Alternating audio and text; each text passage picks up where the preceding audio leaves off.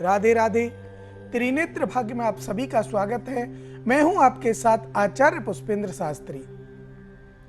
बहुत सारी समस्याएं जीवन में आती हैं, हम एक समस्या से निजात नहीं पाते तब तक दूसरी समस्या आ जाती है। बीमारी का होना सबसे बड़ी समस्या। आप देखिए, अभी मैं बीमार था, उसके बाद कोई और बीमार हो गया घर में, फिर कोई और बीमार हो गया घर में, या फिर बीमारी की कोई जड़ मालूम नहीं चल रही है। आप चेकअप पे चेकअप करा रहे, सारे के सारे चेकअप नॉर्मल आ रहे, नेगेटिव आ रहे, सब कोई भी परेशानी नहीं है, लेकिन फिर भी बीमारी का पता नहीं चल रहा और शरीर में बीमारी है। तो कारण क्या होता है? पितृदोष हमारी जो कुंडली में होता है वो कैसे बनता है, कैसे हट जाता है, क्या कारण है बनने का, वो सब बातें आज हम आपकी कुंडली में कुंडली का आंकलन करके करेंगे। देखिए, श्राद्ध पक्ष चल रहा है, विशेष रूप से आप देखिएगा श्राद्ध पक्ष चल रहा है। तो श्राद्ध पक्ष में हम किस देवता की पूजा करें जिससे हमारे जीवन में आ रही समस्याएं दूर हों? तो ये तो आप लोग भी जानते हैं कि श्राद्ध पक्ष में सिर्फ और सिर्फ पितरों की पूजा ही विशेष महत्व देती है। ग्रहों की पूजा भी होती है, सब पूजाएं होती है, पूजा कोई भी बंद नहीं होती श्राद्धों में। सिर्फ और सिर्फ क्या है, देखिए आप भागवत जी आप लगा लीजिए, श्रीमद् भागवत जी श्राद्ध पक्ष में पितरों के निमित्त होती है। क्या देवताओं की चौकी वहां नहीं लगाई जाती? क्या वहां पर देवताओं की पूजा नहीं होती? श्राद्ध पक्षों में देवताओं के प्रति रामायण पाठ कराए जाते हैं। क्या वहां राम जी की और हनुमान जी की पूजा नहीं होती? गौरी गणेश की पूजा नहीं होती? पंचोमकार देवता की पूजा नहीं होती? क्या सब देवताओं की पूजा होती है, नवग्रहों की पूजा होती है।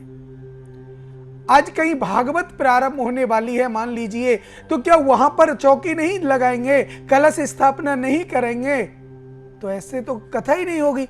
तो पूजा जो होती है वो सभी पूजाएं होती रहती है। ऐसा नहीं है कि श्राद्ध पक्ष में पूजाएं नहीं होती, श्राद्ध पक्ष में पूजाएं होती हैं, क्योंकि श्राद्ध पक्ष एक सूतक पक्ष नहीं है, वो पितरों को याद करने का समय है। पितरों को याद करने का समय, उनको भोजन, तर्पण, सपिंडी, गायत्री ये सब कराने का समय है, ना कि हमें पूजा करने नहीं करने का समय।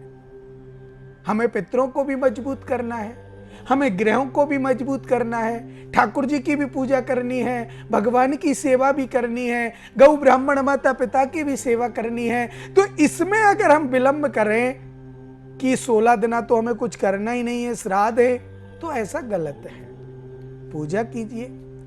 आप देखिए, अब कहेंगे आपकी हवन नहीं होते, तो क्या भागवत की कथा करने पर अष्टम दिन जो यज्ञ होता है, हवन होता है, वो भी तो देवताओं का है, आपके पितरों का है। तो आप अपने पितरों के निमित्त हवन कराइए। पितरों के निमित्त हवन कराने पर सभी देवताओं की पूजा होती है, पितरों के निमित्त पूजा कराने पर सभी देवताओं की पूजा होती है। तो इसके लिए आप अपने मन में जो संशय लगाए बैठे हैं कि हम इस श्राद्ध पक्ष में पूजा नहीं करते, ये गलत है। क्योंकि श्राद्ध पक्ष जो है वो पितरों का पक्ष है, तो पितरों की पूजा कीजिए, और जब पितरों की पूजा होगी तो सबकी पूजा हो जाएगी। कहा गया है, एक साधे सब सदे, सब साधे सब जाए। अगर आप एक को इष्ट बना लेते हैं तो सभी आपके पास आ जाते हैं, और आप सबके पीछे भागते हैं तो सब आपके पीछे से निकल जाते हैं। तो बात जो हम आज कर रहे थे वो कर रहे थे कि हमारी जो बीमारी होती है, शरीर में जो बीमारियां आती हैं, वो क्यों आती हैं? तो कुंडली को अगर हम देखें तो देखिए, सूर्य जो है लगन में अगर बैठ जाए, नीच का होकर बैठ जाए, शत्रु की राशि में आकर बैठ जाए, या मारक घर का स्वामी हो, ध्यान देना, शत्रु की राशि में हो, नीच की राशि में हो, या मारक घर का स्वामी हो और वो लगन में विराजमान है, पक्का पेट खराब रहेगा। स्टोन जैसी समस्या पैदा हो सकती है, दर्द पेट में हो सकता है, पेट में जितनी समस्याएं हैं वो जागृत हो सकती है। यही क्रिया राहु के साथ अगर हम देखें तो आपके यहां से लेकर के नीचे का जो भी हिस्सा है वो दर्द में हो जाएगा, पूरी बॉडी में पेन होगा, फुल बॉडी पेन, कभी पैरों में पेन, कभी घुटनों में पेन, कभी कमर में पेन, कभी कंधों में पेन, कभी रीढ़ में पेन, कभी पीठ में पेन, कभी पेट में पेन, कहीं वक्षस्थल पर पेन, जहां भी होगा पेन होगा। यही स्थिति अगर चंद्रमा की और केतु की आ जाए तो माइग्रेन, सर दर्द जैसी समस्याएं बनी रहेंगी। सर दर्द होगा, टेंशन पे टेंशन आएंगी, मतभेद मन में गौद्रेशन पैदा होगा और बहुत ज्यादा डिप्रेशन चंद्रमा और केतु के कारण होगा।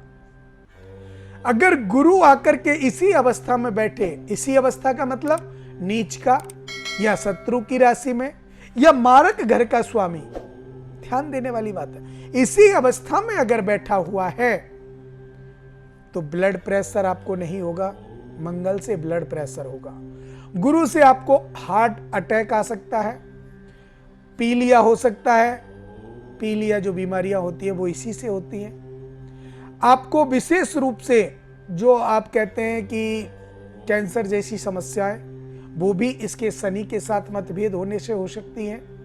पता चले कि कौन सी बीमारी से आप ग्रसित होने वाले हैं तो आप उसका उपाय पहले ही कर लेंगे तो वो बीमारी आएगी नहीं। और अगर आएगी भी, मान लीजिए उपाय के बाद वो बीमारी आ जाती है तो वो विकराल रूप लेकर नहीं आएगी जिससे आपकी जान जा सकती है, ऐसा रूप नहीं लाएगी। अगर पूजा के बाद बीमारी वैसे तो आएगी ही नहीं, और अगर आ जाती है तो वो विकराल रूप धारण नहीं करेगी, किसी भी प्रकार से आपको नॉर्मलीकरण आएगा और नॉर्मलीकरण से निकल जाएगा। तो इसके लिए आपको कुंडली का अंकलन कराना विशेष जरूरी है।